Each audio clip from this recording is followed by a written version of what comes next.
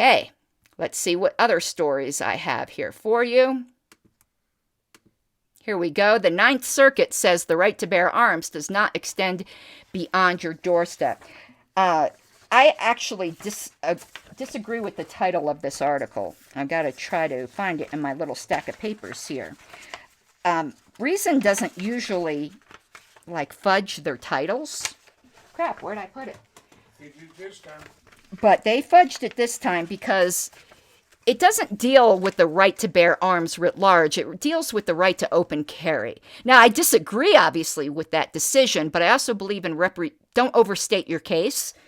And this title is very misleading because the Ninth Circuit didn't say you couldn't concealed carry where it's allowed outside your doorstep. It was all about open carry.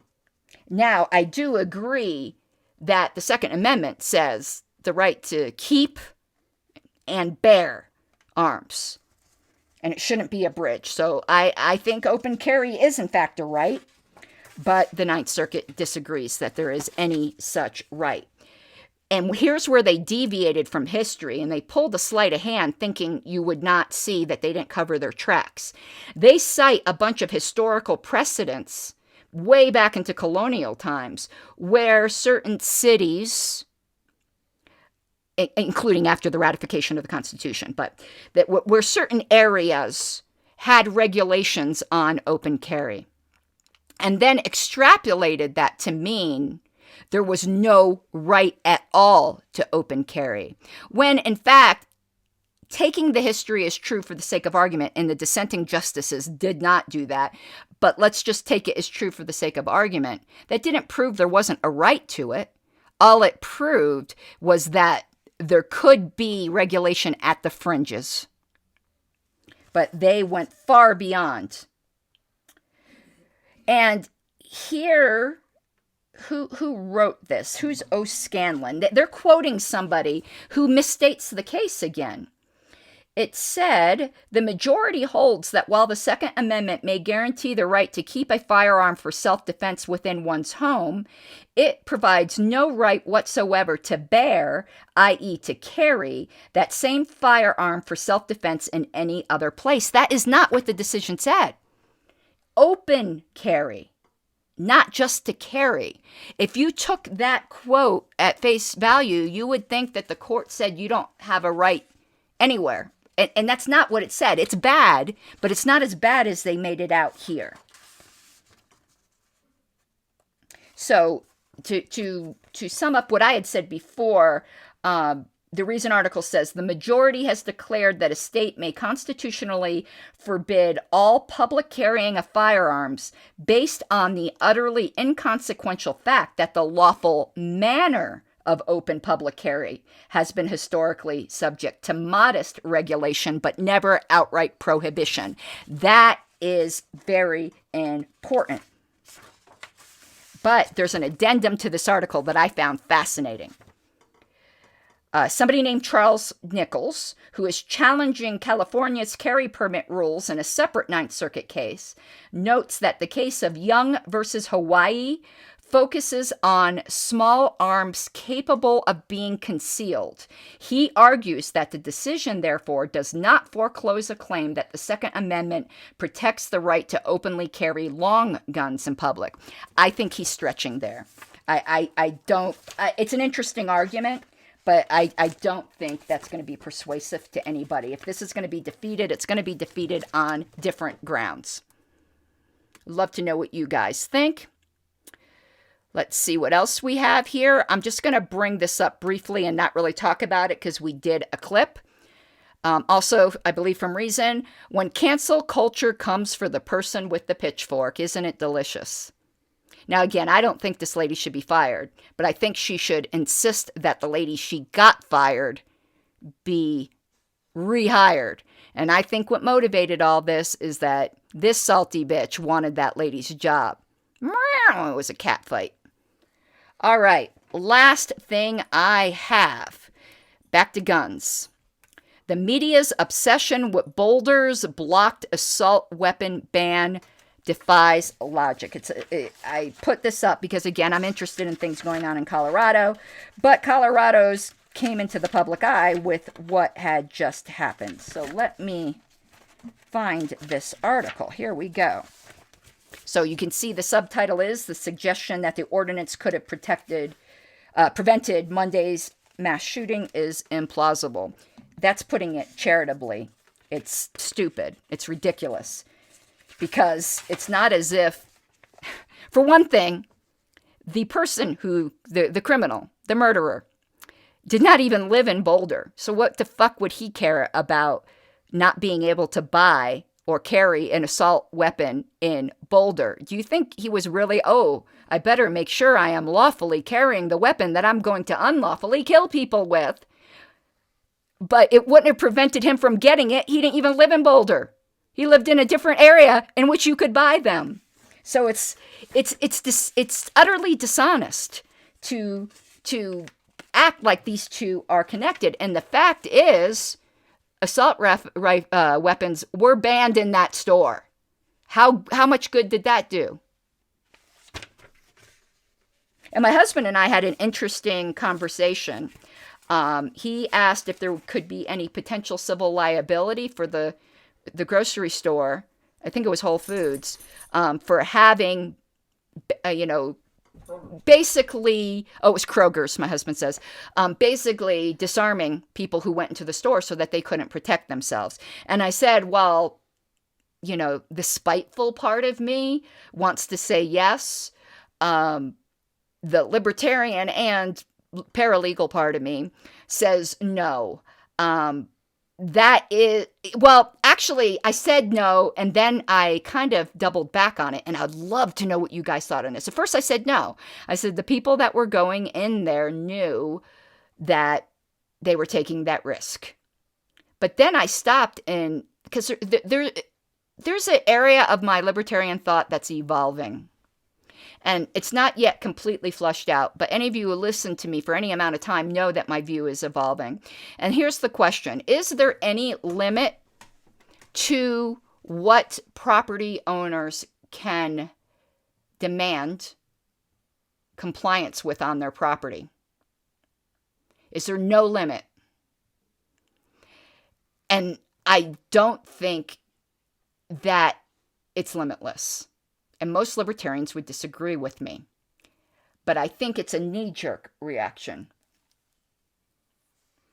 And I think it's similar to a very interesting discussion I had with someone with a video that is only going to be on Patreon about my discussion with someone where I believe I changed their mind, where they believed in the right to own private nukes. I do not believe in the right to private nukes, and I only gave my argument in less than 3 minutes, and I believe I changed his mind. So, on this issue, I'm not going to change anyone's mind in 3 minutes. I'm not even sure my mind has been changed. But if I can come up with one example in which the rights of property owners are not absolute in that way, I think I've defeated the presupposition, and I can come up with an example. And again, not everyone would agree. Rothbard would disagree with me. But I think on this case I'm going to bring up, most of you would agree. And it is the donut problem, or the encirclement problem. And what that is say there's somebody who owns a piece of land, and all the land around him is vacant, unowned, or for sale, whatever. And somebody buys all of the land around that piece of property, basically encircling that other property owner in the middle, like the hole of a donut. Can that person then deny the encircled person a right of egress to get out of his property? And I don't think he can deny it. And in fact, the right of egress goes way, way, way, way, way back in common law. That's the only kind of public property or limited public property, public use, that is recognized, like way before there were states and things like that. And if that is true, then I just came up with a limitation on the rights of property owners, haven't I?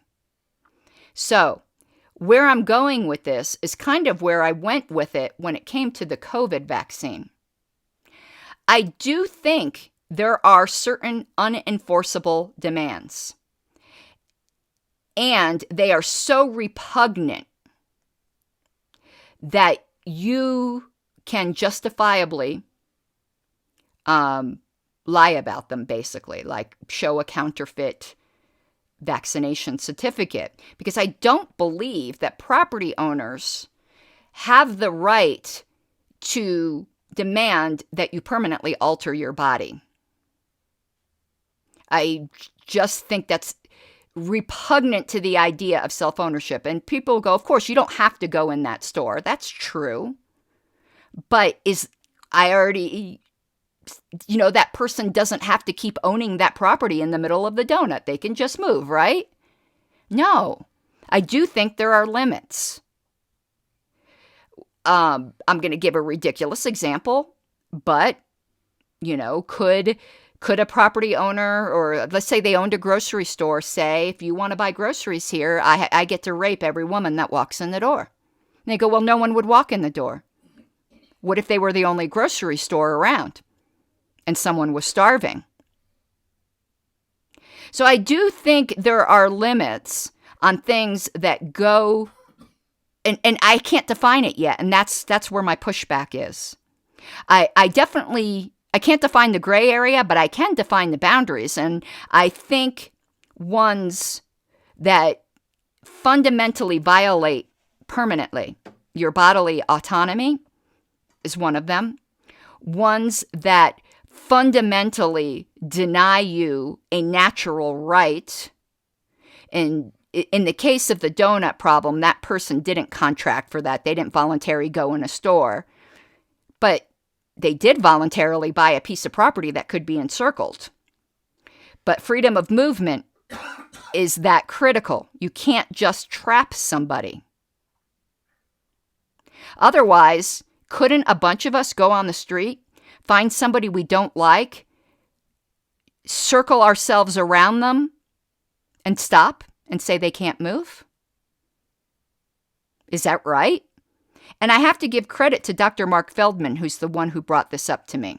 And I've been thinking about it all these years. He passed away some time ago. And I've been thinking about it. And at least on that point, he convinced me. He was trying to use that argument to say that a baker couldn't deny a cake, or this was all in that bake the cake controversy time. And I think that's a stretch. Because a cake is a luxury item for one thing.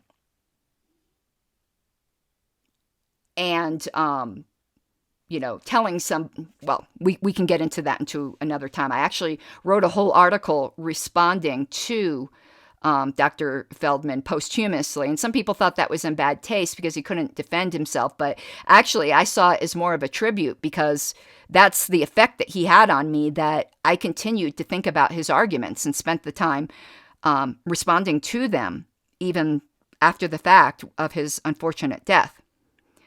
Okay, so that is, I think, pretty much all I have, though I do have some closing statements. There is going to be a patron-only discussion on the private nukes. If you're interested in that, you need to be a patron, and you can become one for as little as $1 a month. Though, if you can afford it, you could have pity on me. Here's my current patrons. I like to give them thanks, and as you can see, Tom Woods is my top clam donor, as he would say. Smackaroos or clams, but I thank every single person on this list. And I also thank those of you who support me but just can't afford to give. I don't want to make it that the thanks are tied to monetary things, but we are free market people, and if you get something out of what I do, please assist, because I would like to do this more. And I really can't unless I can get out of the salt mines that I'm currently working in. And in addition to the private nukes discussion that's patron only, there's also patron only discussion on the book Fear and Loathing on the Campaign Trail, 1972. I'm recording another chapter of that once I get off this broadcast. I thank everyone for their patience today with the weird internet issues and the probably a little bit laggy now, but I will be rebroadcasting this chopped into little pieces, so it'll be bite-sized. You can look for it on YouTube, and I hope you have an awesome night, everyone. Ciao. You gotta take what you're given, that's how we live it. Don't be mad at the system, it's simply how we've existed. I hear a lot of people talking like they politicians and choose to be an accountant because it's safe in the business, not because they want to